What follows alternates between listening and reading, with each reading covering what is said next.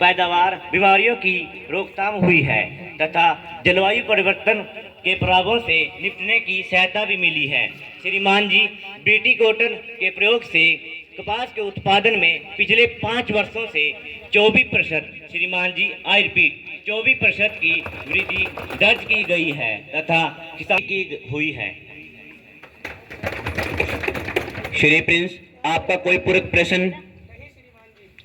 किसी अन्य सदस्य का कोई पूरक प्रश्न?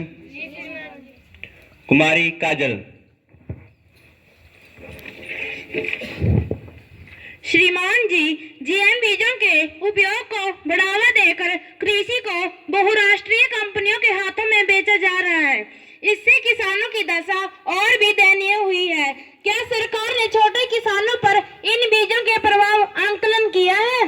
पूरी तरह से खंडन करता हूं। हमारी सरकार किसानों की आय दुगनी करने के लिए पूरी तरह से प्रतिबद्ध है। इस कारण कृषि के को किसी हाथों में बेचने का कोई सवाल ही नहीं उठता। अब प्रश्नकाल समाप्त होता है।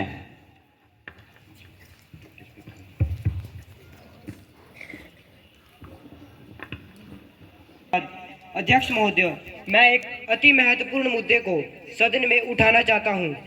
अध्यक्ष महोदय, हमें आजाद हुए 70 साल हो चुके हैं, परंतु आज भी बच्चों को इतिहास औपनिवेशिक सरकार के नजरिए से पढ़ाया जाता है। इतिहास की पाठ्य पुस्तकों में काकोरी षड्यंत्र, लाहौर षड्यंत्र तथा दिल्ली क्या हम बच्चों को यह सिखाना चाहते हैं कि ये हमारे स्वतंत्रता सेनानियों के संघर्ष षड्यंत्र थे?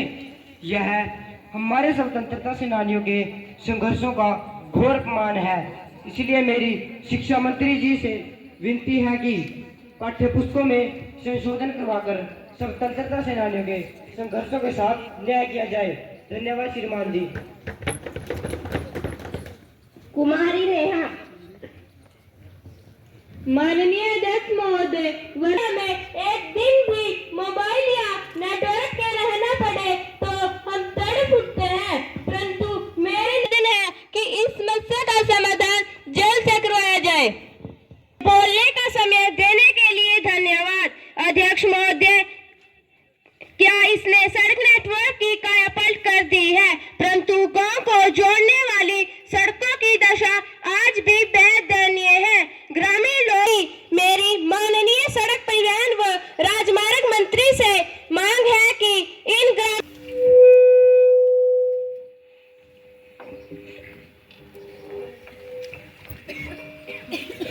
श्री दीक्षित शर्मा जी एक अति महत्वपूर्ण विषय पर सदन में स्थगन प्रस्ताव पर चर्चा चाहते हैं। श्री दीक्षित शर्मा जी। समय से पंजाब में उग्रवाद की घटनाएं फिर से बढ़ रही हैं। पिछले 1 वर्ष में पंजाब में 200 से अधिक उग्रवादी घटनाएं प्रदान की जाती है। इस पर ध्यानाकर्षण प्रस्ताव के बाद चर्चा की जाएगी। ने सदन की कार्यवाही प्रकाशित करते हुए सदन की मर्यादा का उल्लंघन किया है। इसमें सांसदों को बेईमान और भ्रष्ट बताया गया है, जो सभा पटल पर रखना चाहती हूँ। वार्षिक रिपोर्ट।